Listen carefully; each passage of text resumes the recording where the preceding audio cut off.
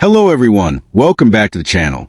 Today we are diving into one of the most fascinating coins in American history, the Jefferson 5-cent coin, especially the rare and historic wartime issue. If you love coin collecting hidden values in American history, then this video is just for you. The Jefferson nickel was first introduced in 1938, replacing the Buffalo nickel. It features the portrait of America's third president, Thomas Jefferson, on the front.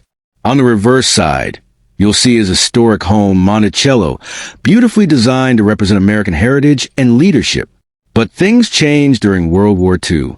Between 1942 and 1945, the United States needed nickel metal for the war effort. So the U.S. Mint created a special wartime nickel made from a unique composition of 35% silver, 56% copper, and 9% manganese.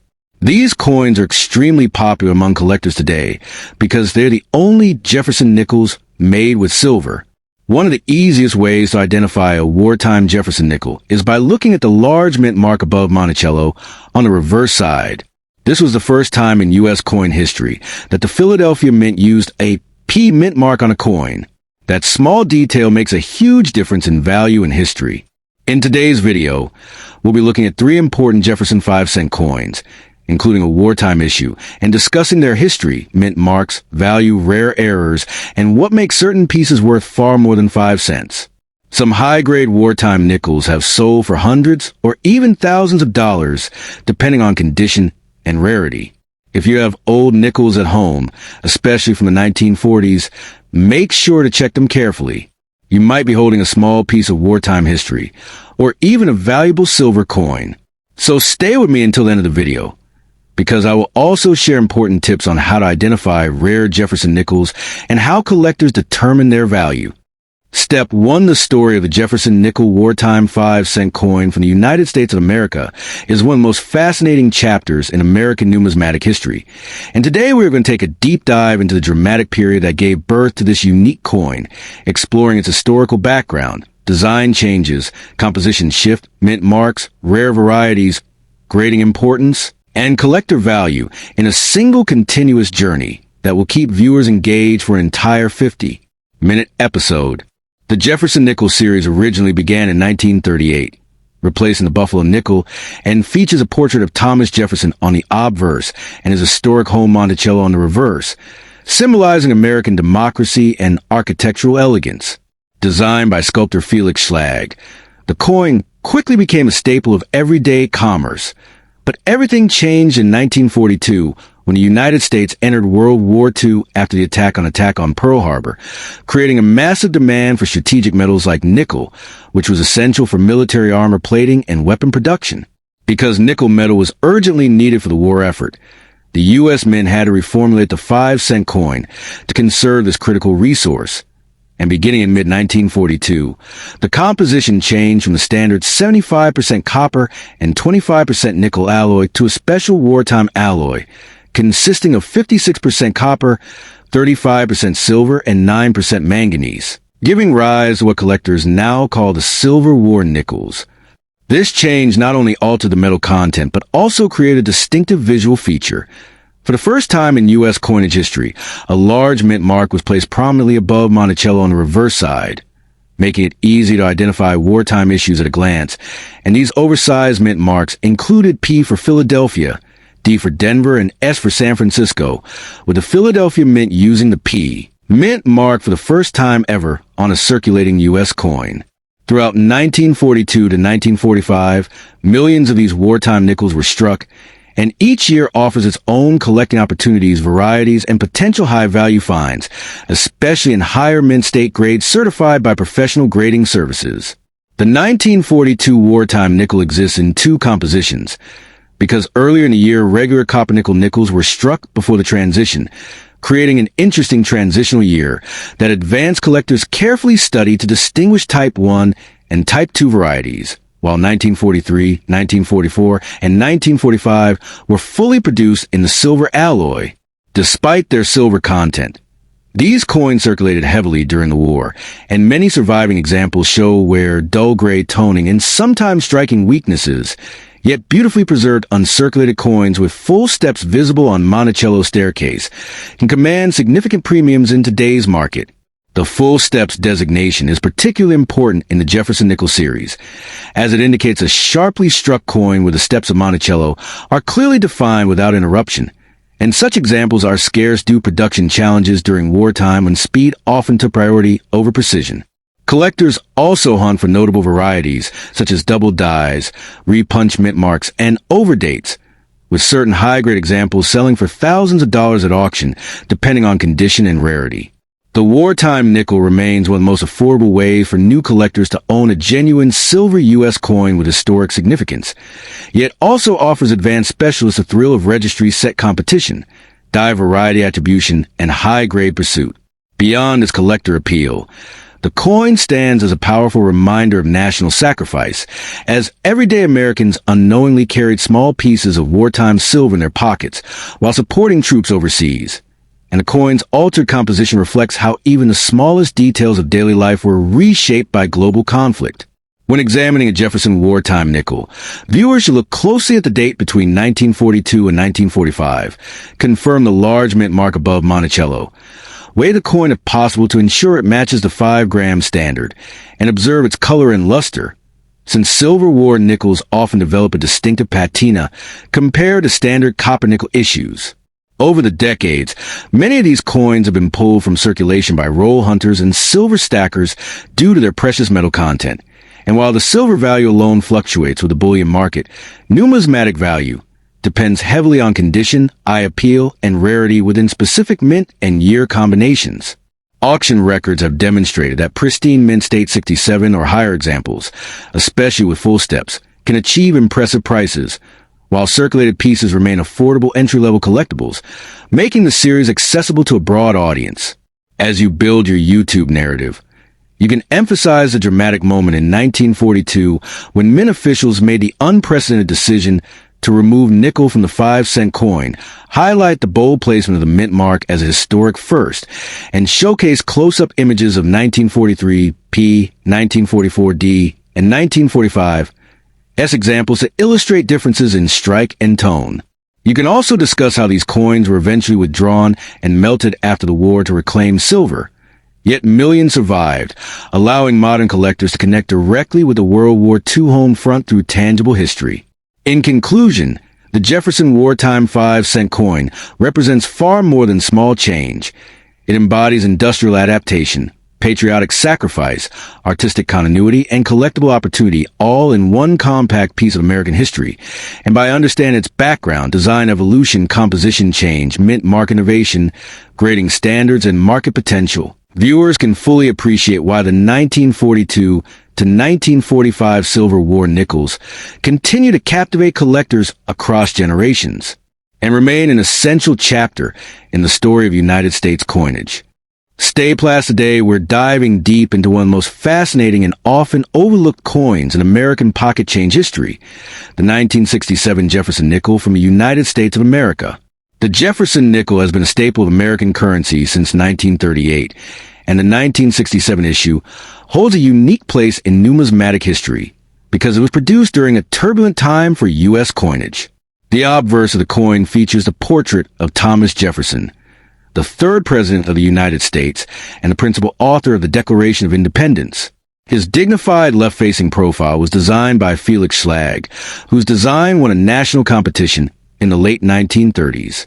On the reverse, we see Monticello, Jefferson's historic Virginia home, a symbol of classical architecture and American heritage. What makes the 1967 Jefferson nickel especially interesting is the historical context in which it was minted. During the mid-1960s, the United States faced a nationwide coin shortage. Rising silver prices had caused hoarding of silver coins, and although nickels do not contain silver, they were also pulled from circulation due to speculation and public panic. In response, Congress temporarily removed mint marks from coins between 1965 and 1967 to discourage collectors from hoarding newly minted pieces. That means a 1967 Jefferson nickel does not carry a mint mark, even though it was struck at multiple facilities. This unusual feature makes it instantly recognizable to collectors studying that specific era. The coin is composed of 75% copper and 25% nickel, the same composition that had been standard for Jefferson nickels since their introduction, except for the special wartime silver alloy used from 1942 to 1945. The 1967 issue was struck in massive numbers, with over 100 million coins produced, making it common in circulated condition today. However, condition is everything in coin collecting. While most 1967 nickels are worth only face value in worn grades, high-grade uncirculated examples can command significantly higher prices, especially those with strong luster, sharp strikes, and minimal contact marks. Collectors also look for full step specimens. Coins where the steps of Monticello on the reverse are fully defined and uninterrupted. These full steps nickels are much rarer because the design is difficult to strike perfectly, and they can fetch premium prices at auction. Additionally, error coins from 1967 add another layer of excitement. Off-center strikes, double dies, and clipped planchets are among the mint errors that collectors search for, sometimes paying substantial sums depending on the severity and visibility of the error. When evaluating a 1967 Jefferson nickel, grading standards are crucial. A coin in mint state 65 condition, for example, must exhibit strong eye appeal, only minor marks, and full mint luster. Coins graded by professional services, such as PGS or NGC, often sell for higher prices due to authentication and encapsulation. For beginners, searching pocket change for a pristine 1967 nickel can be an affordable way to enter the hobby. While it may not be as famous as silver coins or rare key dates, the 1967 Jefferson nickel tells a powerful story about America during the 1960s, a time of economic pressure, legislative change, and transformation in coin production. It reminds us how even everyday currency reflects broader national events. As you check your change or build your collection, remember that value is not always about rarity alone. Historical significance, condition, and collector demand all play important roles. The 1967 Jefferson nickel stands as a symbol of resilience during a coin shortage crisis and remains a beloved piece among enthusiasts of U.S. coinage. Whether you are a seasoned numismatist or just starting your journey, this modest 5-cent coin offers history, artistry, and the thrill of the hunt all in one small metallic treasure. Step 3 today, we're diving deep into one of the most iconic and widely collected coins in American history. The 1964 Jefferson nickel, a 5-cent coin from the United States of America that holds a special place in the hearts of collectors and history lovers alike. The 1964 Jefferson nickel represents the final year before major composition changes and minting transitions took place in American coinage, making it a fascinating subject for both beginners and seasoned numismatists. First introduced in 1938, the Jefferson nickel replaced the Buffalo nickel and features a portrait of the third president of the United States, Thomas Jefferson, on the obverse. The portrait was designed by sculptor Felix Schlag, whose design won a national competition organized by the U.S. Mint. On the reverse side of the 1964 nickel, you'll find a detailed image of Monticello, Jefferson's historic Virginia home, officially known as Monticello. This elegant building symbolizes Jefferson's legacy as a statesman, architect, and thinker, and it remained on the reverse of the nickel for decades. The 1964 issue is particularly significant because it was the last year nickels were struck before the Coinage Act of 1965 removed silver from dimes and quarters due to a nationwide coin shortage, although nickels themselves continue to be made from 75% copper and 25% nickel. During 1964, an enormous number of Jefferson nickels were produced to meet circulation demand, with over 1 billion struck at the Philadelphia Mint and hundreds of millions more at the Denver Mint, marked with a D Mint mark. Interestingly, 1964 nickels from Philadelphia do not carry a mint mark, which sometimes confuses new collectors. The high mintage numbers mean most 1964 nickels are common in circulated condition, but the true excitement lies in high-grade, uncirculated examples and coins with full steps on the Monticello design. Full steps refer to the clear, uninterrupted lines visible on the steps of Monticello, a feature highly valued by grading services and collectors because it indicates a strong strike and minimal wear. Coins graded MS65 or higher by professional grading companies can command significantly higher prices, especially if they display sharp detail and brilliant luster. Proof versions were also struck in 1964, the Philadelphia Mint for collectors, featuring mirror-like fields and frosted devices that create a beautiful contrast known as cameo or deep cameo. These proof coins were sold in special mint sets and are often found well-preserved today. While the 1964 Jefferson nickel does not contain silver and therefore does not carry intrinsic metal value beyond its face value, its historical context during a pivotal time in U.S. coinage history makes it highly collectible. The early 1960s were marked by rising silver prices, hoarding of coins, and public concern about the future of American currency, all of which influenced coin production. As a result, the U.S. Mint worked around the clock to produce billions of coins in 1964, and some were even dated 1960 for those struck in 1965 to discourage hoarding. For collectors searching through pocket change, the 1964 nickel offers an accessible entry point into the hobby because it is affordable and widely available, yet still provides a thrill of discovering high-grade examples or varieties. Some collectors also look for minor die varieties, repunch mint marks on Denver issues, and coins with exceptional toning that display rainbow colors caused by natural oxidation over time. When evaluating a 1964 Jefferson nickel, examine the cheek and jawline of Jefferson for wear. Check the steps of Monticello for clarity, and look for original mint luster that radiates in a cartwheel effect under light. Storage is also important. Keeping coins in protective holders can preserve their condition and prevent scratches or environmental damage. In today's market, circulated 1964 nickels are typically worth face value, but uncirculated rolls and certified high-grade pieces can bring premium prices depending on demand and condition. For collectors building a complete Jefferson nickel set from 1938 to the present, the 1964 issue marks the end of an important era before mint marks were temporarily removed from coins between 1965 and 1967. This historical transition adds another layer of interest to the coin. Whether you're a new collector starting your journey or a seasoned numismatist refining your set, the 1964 Jefferson nickel is a reminder that even the most common coins can carry rich stories and historical significance. So next time you come across a 1964 nickel in your change jar, take a closer look. You might just discover a beautifully preserved piece of American history hiding in plain sight. Step 2 today, we are diving deep into one of the most fascinating and collectible coins in American history, the 1963 Jefferson nickel, a 5-cent coin from the United States of America that may look ordinary at first glance, but holds incredible history, value potential, and hidden secrets that many collectors are still discovering today. The Jefferson nickel series itself began in 1938, replacing the Buffalo nickel, and it features a portrait of America's third president, Thomas Jefferson, a founding father and the principal author of the Declaration of Independence. The coin was designed by sculptor Felix Schlag, whose design won a national competition organized by the United States Mint. On the obverse of the 1963 nickel, you will see Jefferson's left-facing profile along with the inscriptions, "In God We Trust, Liberty," and the year 1963.